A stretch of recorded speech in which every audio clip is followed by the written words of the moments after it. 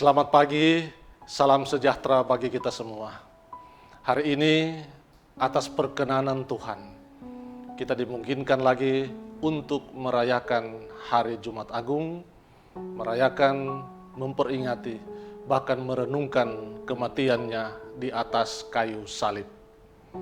Saudara-saudara yang dikasihi Tuhan, setelah melewati Via Dolorosa, yang berawal dari penangkapannya di Taman Getsemani sampai pada penyaliban di Golgota, Yesus tidak saja mengalami siksaan fisik, tetapi juga tekanan batin yang diliputi oleh rasa malu karena olok-olokan dan hinaan yang menggodanya untuk memberontak dan membebaskan diri. Yesus tahu bahwa dia sanggup melakukan tindakan pembebasan atas dirinya dan menghancurkan atau memusnahkan semua yang berusaha menyakiti dan menghinanya, semudah ia membalikkan telapak tangan. Namun ia tidak melakukannya. Di atas kayu salib, ia pun masih menerima hujatan, ejekan, bahkan godaan untuk membebaskan diri. Matius 27 ayat 40 sampai 42 mengatakan, "Hai engkau yang menghancurkan bait suci dan membangunnya kembali dalam 3 hari, selamatkanlah dirimu. Jikalau engkau anak Allah, turunlah dari salib itu." Demikian juga imam-imam kepala bersama ahli-ahli Taurat dan tua-tua mengolok-olok dia. Dan mereka berkata, "Orang lain ia selamatkan, tetapi dirinya sendiri tidak dapat ia selamatkan. Ia Raja Israel, baiklah ia turun dari salib itu dan kami percaya kepadanya." Di atas kayu salib pun ia masih menerima hujatan dan godaan dari salah satu penjahat yang disalib bersama-sama dengannya. Lukas 23 ayat 39 menulis, "Bukankah engkau adalah Kristus? Selamatkanlah dirimu dan kami juga." Syukur saudara-saudara, karena Tuhan Yesus tidak terpancing dengan semua hinaan, semua ejekan dan godaan itu. Mengapa?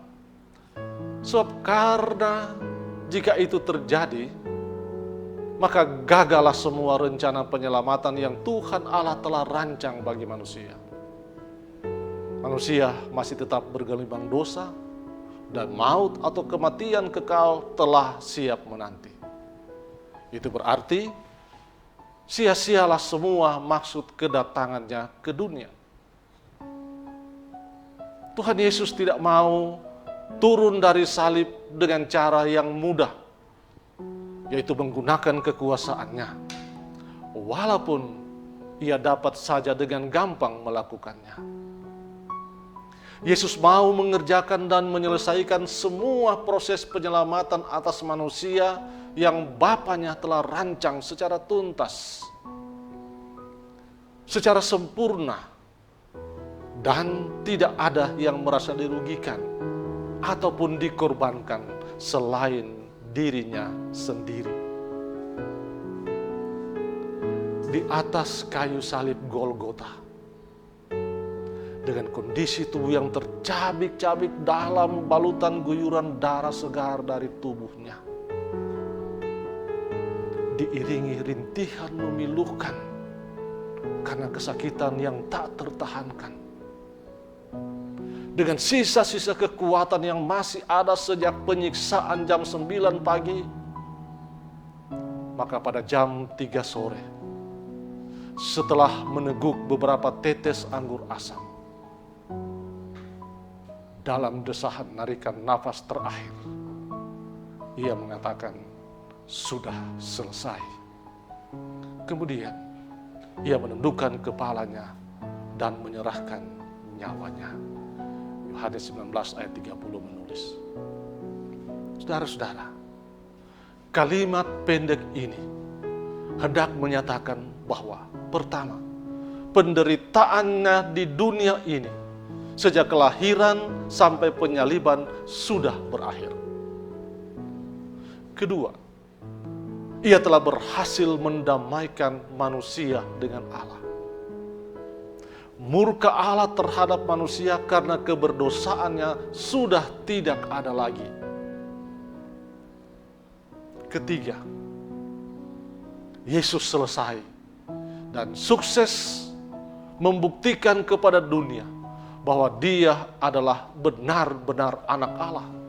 Bahkan Allah sendiri yang memiliki kekuasaan atas apa saja yang ada di bumi ini, termasuk maut atau kematian. Dan keempat, dengan kalimat pendek ini, Yesus telah berhasil memberikan keselamatan bagi manusia. Saudara-saudara yang dikasihi Tuhan, semuanya sudah selesai. Namun, bagi manusia, bagi saudara dan saya, bukan berarti bahwa segala sesuatunya telah selesai dan kita tidak melakukan apa-apa. Kepada kita dituntut tanggung jawab untuk hidup dalam keselamatan itu, menampilkan sikap hidup selaku orang-orang yang telah beroleh kasih karunia dan menjadi berkat bagi orang lain. Sama seperti Tuhan Yesus yang banyak mengalami godaan untuk mengambil posisi aman dan terhindar dari kematian, namun ia tidak tergoda melakukannya. Demikian juga dengan kita. Kita akan berhadapan dengan begitu banyak hal yang menggoda kita untuk tidak menampilkan gaya hidup sebagai orang-orang yang telah beroleh kasih karunia Allah. Karena itu diperlukan daya tangkal dan perisai yang kuat agar kita tidak tergoda menampilkan gaya hidup yang mengikuti keinginan daging. Saudara-saudara, karya penyelamatan Allah atas manusia memang sudah selesai di atas kayu salib dan kubur kosong. Namun, pemeliharaannya atas manusia, atas kita semua yang sudah diselamatkan tidak akan pernah selesai atau berhenti sampai kapanpun. Berita inilah yang memberikan semangat dan pengharapan bagi kita untuk terus menjadikan diri ini berkat bagi orang lain. Selamat merayakan Jumat Agung. Selamat menerima pelayanan perjamuan Asa yang kudus. Amin.